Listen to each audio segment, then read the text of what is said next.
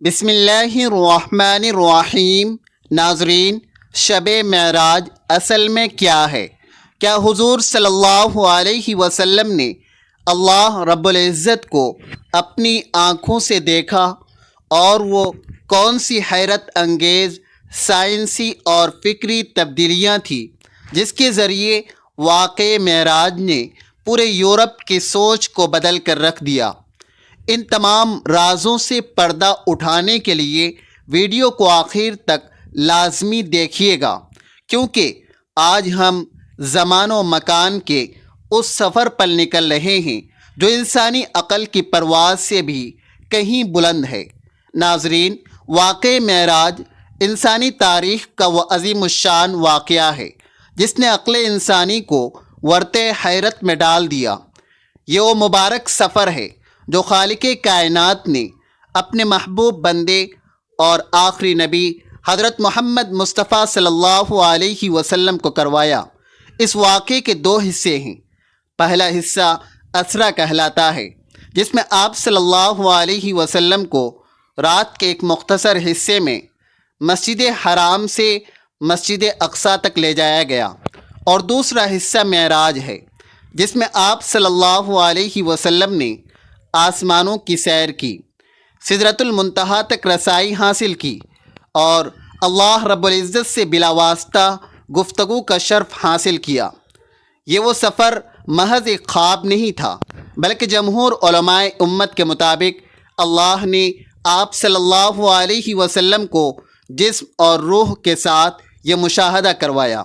اسی سفر کے دوران آپ صلی اللہ علیہ وسلم نے تمام انبیاء کرام کی امامت فرمائی، جو آپ کے سید الانبیاء ہونے کی کھلی دلیل ہے۔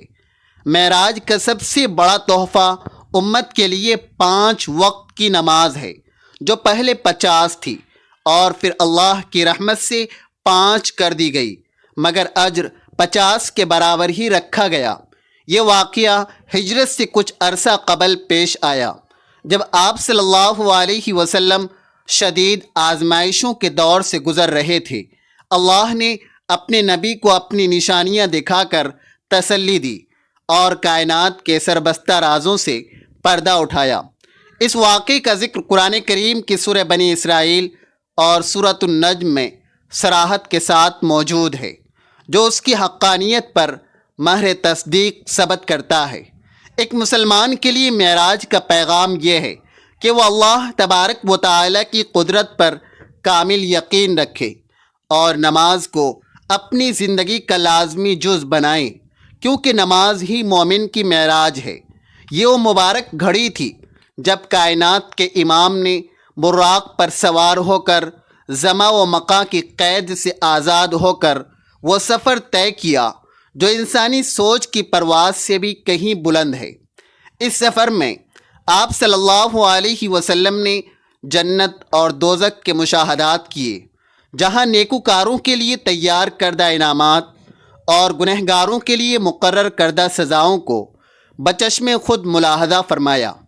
آپ صلی اللہ علیہ وسلم نے دیکھا کہ کس طرح اعمال کی بنیاد پر انسان کا انجام ہوتا ہے، جو رہتی دنیا تک کے لیے ایک سبق ہے۔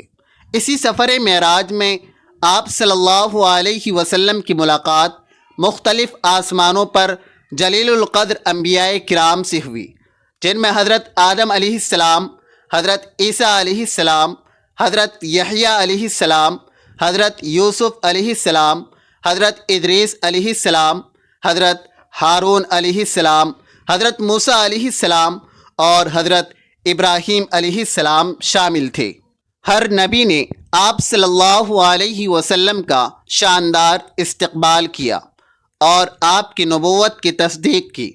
یہ عظیم الشان سفر اس وقت پیش آیا جب مکہ کے مشرکین نے آپ صلی اللہ علیہ وسلم پر زمین تنگ کر دی تھی، اور آپ کے مخلص ساتھی حضرت ابو طالب اور رفیق حیات حضرت خدیجہ رضی اللہ تعالی عنہا وفات پا چکی تھی۔ اس غم کے سال میں اللہ تبارک و تعالی نے اپنے حبیب کو آسمانوں پر بلا کر یہ اعزاز بخشا کہ پوری کائنات آپ کے قدموں تلے ہے۔ معراج کی رات سب سے بڑی اہمیت یہ ہے کہ یہ قرب الہی کی انتہا ہے، جہاں حضرت جبرائیل علیہ السلام بھی سدرۃ المنتہا پر رک گئے، لیکن حضور صلی اللہ علیہ وسلم اس سے بھی آگے تشریف لے گئے۔ یہ وہ مقام تھا جہاں اللہ تبارک و تعالی اور اس کے رسول کے درمیان کلام ہوا اور امت کے لیے وہ احکامات جاری ہوئے جو انسانیت کی نجات کا ذریعہ ہیں۔ معراج محض ایک معجزہ نہیں بلکہ ایک دعوت عمل ہے کہ مومن اپنی روح کو نماز کے ذریعے اتنا بلند کرے کہ وہ دنیا کی پستیوں سے نکل کر قرب الہی کی معراج حاصل کرے۔ اس سفر نے ثابت کر دیا کہ اللہ تبارک و تعالی کی قدرت کے سامنے کوئی بھی چیز ناممکن نہیں ہے، اور جب اللہ کسی بندے کو نوازنا چاہے تو تمام مادی اسباب ہیچ ہو کر رہ جاتے ہیں۔ اس عظیم سفر کی تفصیلات میں یہ بھی شامل ہے کہ جب آپ صلی اللہ علیہ وسلم مسجد اقصی پہنچے تو وہاں تمام انبیاء کی ارواح موجود تھی جو آپ کے انتظار میں صف بستہ تھی۔ حضرت جبرائیل علیہ السلام نے آپ کا مصلی امامت پر کھڑا کیا اور آپ نے سب کی امامت فرمائی۔ یہ اس بات کا اعلان تھا کہ آپ کی شریعت سابقہ تمام شریعتوں کی ناسخ اور آپ کا مقام تمام رسولوں سے بلند ہے۔ اس کے بعد آسمانوں کا سفر شروع ہوا۔ پہلے آسمان پر حضرت آدم علیہ السلام سے ملاقات ہوئی، جنہوں نے آپ کو دیکھ کر نیک بیٹے اور نیک نبی کے الفاظ سے خوش آمدید کہا۔ دوسرے آسمان پر حضرت یحییٰ اور حضرت عیسیٰ علیہ السلام نے استقبال کیا۔ اسی طرح ہر آسمان پر ایک نئی عظمت اور نئی نشانی کا مشاہدہ کرایا گیا۔ یہاں یہ سوال پیدا ہوتا ہے کہ کیا حضور صلی اللہ علیہ وسلم نے اللہ کو دیکھا؟ تو اس بارے میں حضرت ابن عباس رضی اللہ عنہما فرماتے ہیں کہ آپ صلی اللہ علیہ وسلم نے اپنے رب کا مشاہدہ اپنے قلب اطہر سے فرمایا، اور بعض روایات کے مطابق یہ نورانیت کی وہ انتہا تھی جہاں حجابات اٹھا دیے گئے۔ یہ وہ مقام محمود ہے جہاں کائنات کی ہر شے مٹ جاتی ہے اور صرف خالق حقیقی کی تجلی باقی رہتی ہے۔ معراج کے اس واقعے نے سائنس کے جدید تصورات جیسے ٹائم ڈائلیشن اور وارپ اسپیڈ کی بنیادیں 1400 سال پہلے ہی رکھ دی تھی۔ جب آپ صلی اللہ علیہ وسلم واپس آئے تو زنجیر ہل رہی تھی اور وضو کا پانی رواں تھا۔ یہ اس بات کا ثبوت تھا کہ اللہ نے آپ کے لیے وقت کو روک دیا تھا یا سکیڑ دیا تھا۔ اسی تصور نے آگے چل کر قرون وسطیٰ کے مسلمان سائنسدانوں کے ذریعے یورپ تک رسائی مشہور ہسپانوی مصنف میگوئل اسین پالاسیوس کے مطابق یورپ کی مشہور کتاب ڈیوائن کامیڈی کے کئی تصورات واقع معراج سے ماخوذ ہیں، جس نے مغربی ادب اور کائنات کے بارے میں ان کے فرسودہ نظریات کو جڑ سے ہلا کر رکھ دیا اور انہیں کائناتی وسعتوں کے بارے میں سوچنے پر مجبور کیا۔ ساتویں آسمان پر حضرت ابراہیم علیہ السلام کو بیت المعمور سے ٹیک لگائے دیکھا، جہاں روزانہ 70,000 فرشتے طواف کے لیے آتے ہیں، اور جو ایک بار آ جائے اس کی باری دوبارہ کبھی نہیں آتی۔ اس کے بعد سدرۃ المنتہا کا مقام آیا، جو مخلوق کے علم کی آخری حد ہے۔ وہاں سے آگے کی منزل صرف اللہ تبارک و تعالی کے حبیب کے لیے مخصوص تھی۔ آپ صلی اللہ علیہ وسلم نے وہاں اللہ تبارک و تعالی کا قرب حاصل کیا اور وہ انوار و تجلیات دیکھی جن کا بیان انسانی زبان کے بس میں نہیں۔ اسی موقع پر سورہ بقرہ کی آخری آیات اور نماز کا عظیم تحفہ ملا۔ جب آپ صلی اللہ علیہ وسلم واپس تشریف لائے اور صبح اس واقعے کا تذکرہ کیا تو مشرکین نے تمسخر اڑایا، لیکن حضرت ابوبکر صدیق رضی اللہ تعالی عنہ نے بغیر کسی ہچکچاہٹ کے اس کی تصدیق کی اور صدیق کا لقب پایا۔ یہ واقعہ ایمان اور یقین کی وہ کسوٹی ہے جو سچے مومن اور منافق کے درمیان فرق واضح کر دیتی ہے۔ معراج ہمیں یہ بھی سکھاتی ہے کہ زندگی کی مشکلات عارضی ہیں اور اللہ پر توکل کرنے والوں کے لیے آسمانوں کے دروازے کھل جاتے ہیں۔ آپ صلی اللہ علیہ وسلم نے اس سفر میں حوض کوثر اور جنت کی نہروں کا معائنہ بھی کیا اور اپنی امت کے ان افراد کو دیکھا جو اللہ تبارک و تعالیٰ کے احکامات کی پابندی کرتے ہیں۔ اس رات کی گہرائی اور گہرائی کو سمجھنے کے لیے ہمیں سیرت طیبہ کا مطالعہ کرنا چاہیے تاکہ ہم اس معجزے کے حقیقی مقصد یعنی اللہ کی بندگی اور اطاعت کو پا سکیں۔ معراج کا پیغام عالمگیر ہے جو رہتی دنیا تک ہر انسان کو یہ بتاتا رہے گا کہ انسان اگر اللہ کا مخلص بندہ بن جائے تو کائنات کی کوئی بھی قوت اس کی راہ میں حائل نہیں ہو سکتی۔ اللہ نے اپنے محبوب کو وہ کچھ دکھایا جس کا تصور بھی ممکن نہ تھا۔ یہ سفر معراج ایک ایسی روشن قندیل ہے جو تاریک راہوں میں بھٹکتی ہوئی انسانیت کو نور ہدایت فراہم کرتی ہے۔ ہمیں چاہیے کہ ہم اس واقعے کی روح کو سمجھیں اور اپنی زندگیوں کو اس نماز کے سانچے میں ڈھالیں جو ہمیں اللہ سے جوڑنے کا سب سے بڑا ذریعہ ہے۔ اس سفر مبارک میں آپ صلی اللہ علیہ وسلم نے جب بیت المقدس میں انبیاء کی امامت فرمائی تو یہ اس بات کا عملی ثبوت تھا کہ آپ تمام انبیاء کے سردار اور تمام زمانوں کے لیے ہادی اور رہنما بنا کر بھیجے گئے ہیں۔ معراج کے سفر کے دوران آپ صلی اللہ علیہ وسلم کو کائنات کے پوشیدہ راز دکھائے گئے، جیسے کہ دنیا کی زندگی کی حقیقت اور موت کے بعد کے احوال۔ آپ نے دیکھا کہ کس طرح لوگوں کو ان کے اعمال کے مطابق جزا اور سزا دی جا رہی ہے۔ ایک جگہ آپ نے ایسے لوگوں کو دیکھا جن کے سر پر پتھروں سے کچلے جا رہے تھے۔ جبرائیل علیہ السلام نے بتایا کہ یہ وہ لوگ ہیں جو فرض نمازوں میں غفلت برتتے تھے۔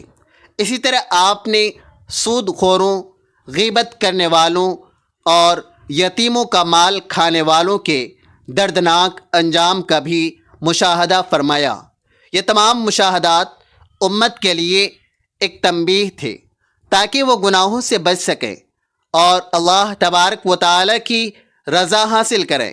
معراج کے دوران اللہ تبارک و تعالیٰ نے اپنے حبیب کو وہ سکینہ اور اطمینان عطا کیا جو مکہ کی سختیوں کے مقابلے میں ایک بڑی ڈھال ثابت ہوا۔ جب آپ آسمانوں سے واپس زمین پر تشریف لائے تو آپ کا بستر ابھی گرم تھا اور وضو کا پانی ابھی بہہ رہا تھا۔ یہ وہ معجزہ تھا جس نے وقت اور فاصلوں کی حقیقت کو بدل کر رکھ دیا۔ مشرکین مکہ نے جب اس واقعے کو سنا تو انہوں نے بیت المقدس کی نشانیوں کے بارے میں سوالات کیے۔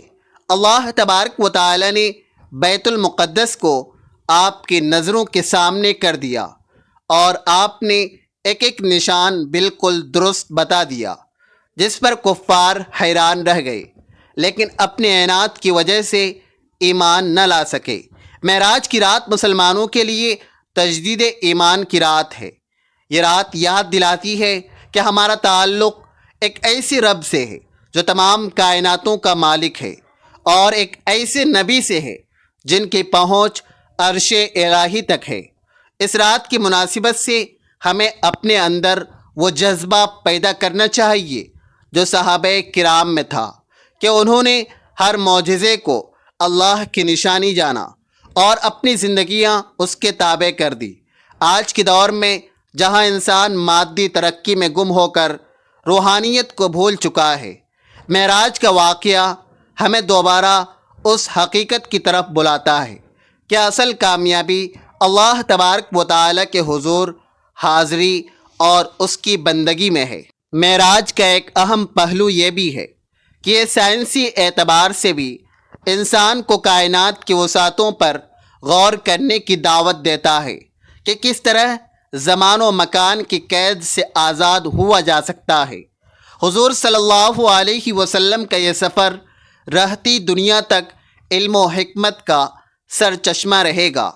ہمیں اس واقعے سے یہ سبق ملتا ہے کہ جب بندہ اپنے آپ کو اللہ کے سپرد کر دیتا ہے تو اللہ تبارک و تعالی اسے اپنی خاص رحمتوں سے نوازتا ہے۔